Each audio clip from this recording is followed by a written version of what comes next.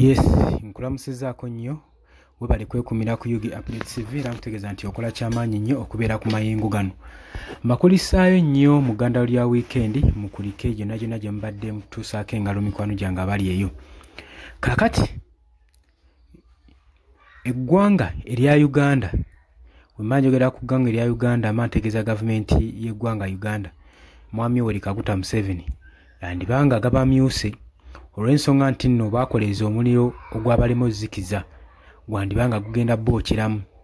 Jjukira nti nno okujjayo emabega katono wabaddewo olutalo wakati wa European Union ssaako ne gavumenti y'eggwanga eya Uganda naddala mu military sectors, naddala mutabani wa Museveni, Muhoozi Kainerugaba, Chief of Defence Force.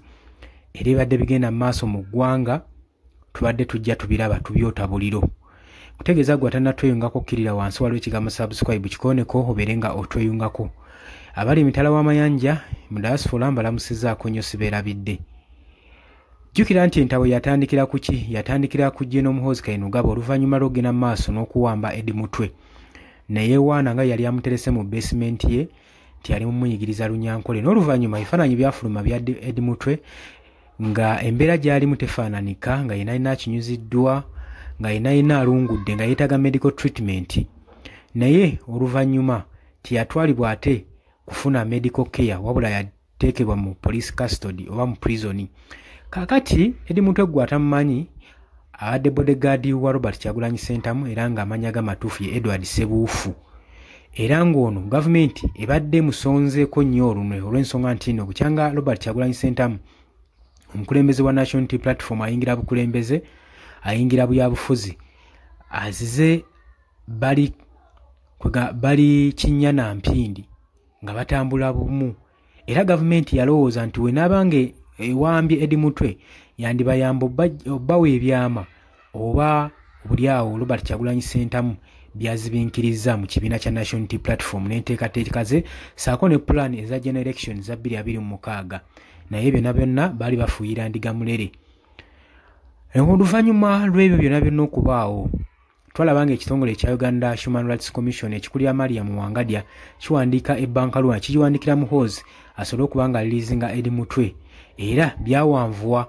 Naye oluvannyuma institute eno eya UPDF yagaana okuba nga eririzinga Edi Mutwe ne ssaawa za kaakati. Newankubadde Mariam Wangadya yeewaana n'avaayo n'aluma n'ogwengu n'agaa nti alina amaanyi, alina authority egenda mu maaso n'okukangavula military officer yenna oba waalankaki oba mukulembeze mu gavumenti ng'ali ku ddaala ki, alina obuyinza obwo obusobola omukangavula singa kituuka ku ky'okutyobola eddembe ly'obuntu. Ebyo byonna ebyagwawo oluvannyuma lw'okuwanyisiganya ebigambo, Muhoozi n'agenda mu maaso n'omulabula aleme kuddamu musindikira bubaka bumulabula bwe butyo oba sseekyo ajja kwekyabira akalimu obuwuka.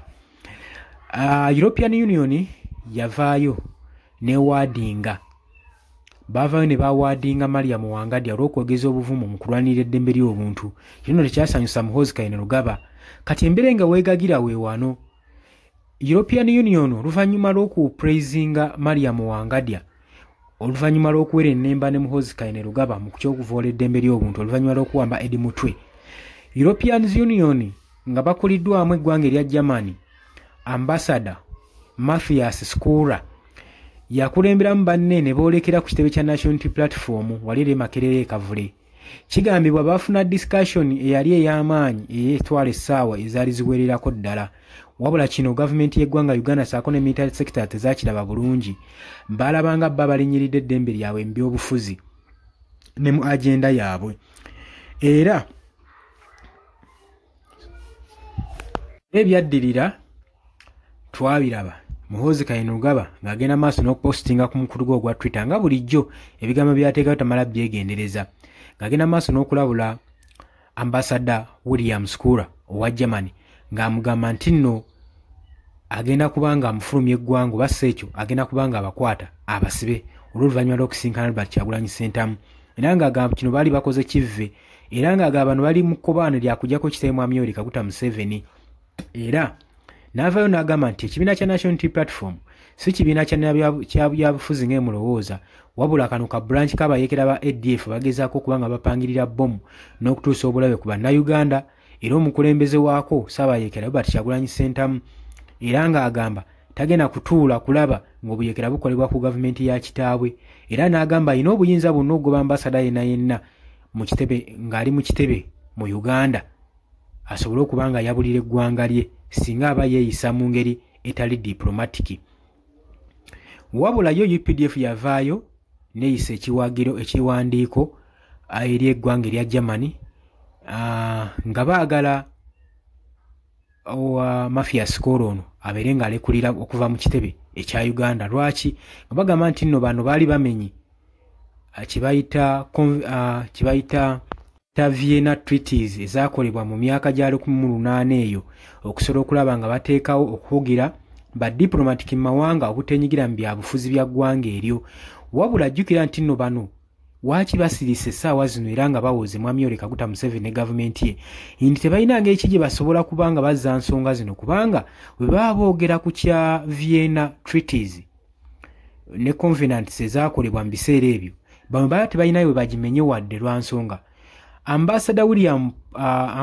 Ambassador Mathias Skora saako ne European Union tebavisitinga kitebe kya National Unity Platform era alabibwako mu katambi ng'asinkanye Ndejje Muhoozi Kainerugaba, wabula n'ebibiina ebirala okugeza ng'ekya NRM byonna baabirambula ebiri ku ludda olw'opposition, kwegamba baalinga abali mu katuwa kaabwe ke kabadi ke baba bakola. Katosa kuva eno ga nti nno nawagira ab'opposition okujjako gavumenti ate nga gavumenti ye batwala basinkana ebibiina byonna ebyobufuzi. Y'ensonga waaki Germany yavaayo okuva mu Minister of Foreign Affairs n'agamba n'abyesamba gye bigambibwa nti nno Germany badde wagira obutujjo beewagira ebibiina by'obufuzi ebigenda maaso n'okuyeekera gavumenti eri mu buyinza eya NRM era baabyesamba jja. Kino nno kikulaga ki? Kikulaga nti nno Mwami Yoweri Kaguta Museveni yeeraliikiridde nnyo ne gavumenti era buli move egezaako okukolebwa ng'erimu amawanga aga outside akiraliikirira nnyo kuba abatamanyi kigenda mu maaso.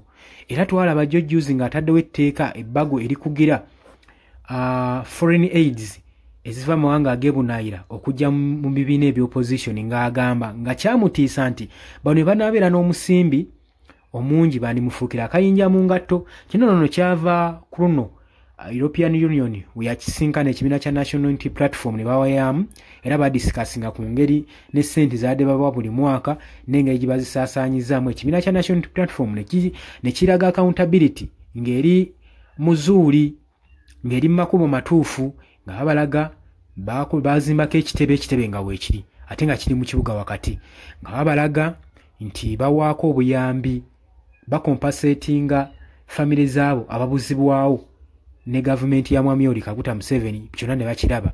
Kati bagenda atotuuka ku ludda luli olwa gavumenti nga bo ssente ze babawa ate embalirira teriiwo nga zibbibwa bubbibwa.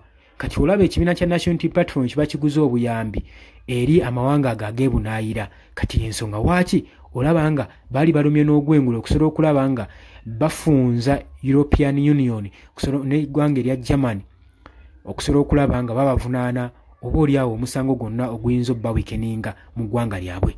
Oli ku Yugi Updates TV kusinza obba ng'otuwuliriza. Golowooza otya ku nsonga eno mukwano gwange? Osobola okujja mu comment section n'oteekawo endowooza yo okusinziira ggwe ebintu nga woobiraba. Abali mu diaspora mbalamusizzaako nnyo nammwe mbanirizaako nnyo. Bwagala osharinga okulikinga naawe nkwanirizaako nnyo. Wabula gwe atannatweyungako nkukubiriza kirya wansi waliwo ekigambo subscribe kikooneko obeere nga otwegattako. Mbagaliza olunaku olulungi. Mweraba.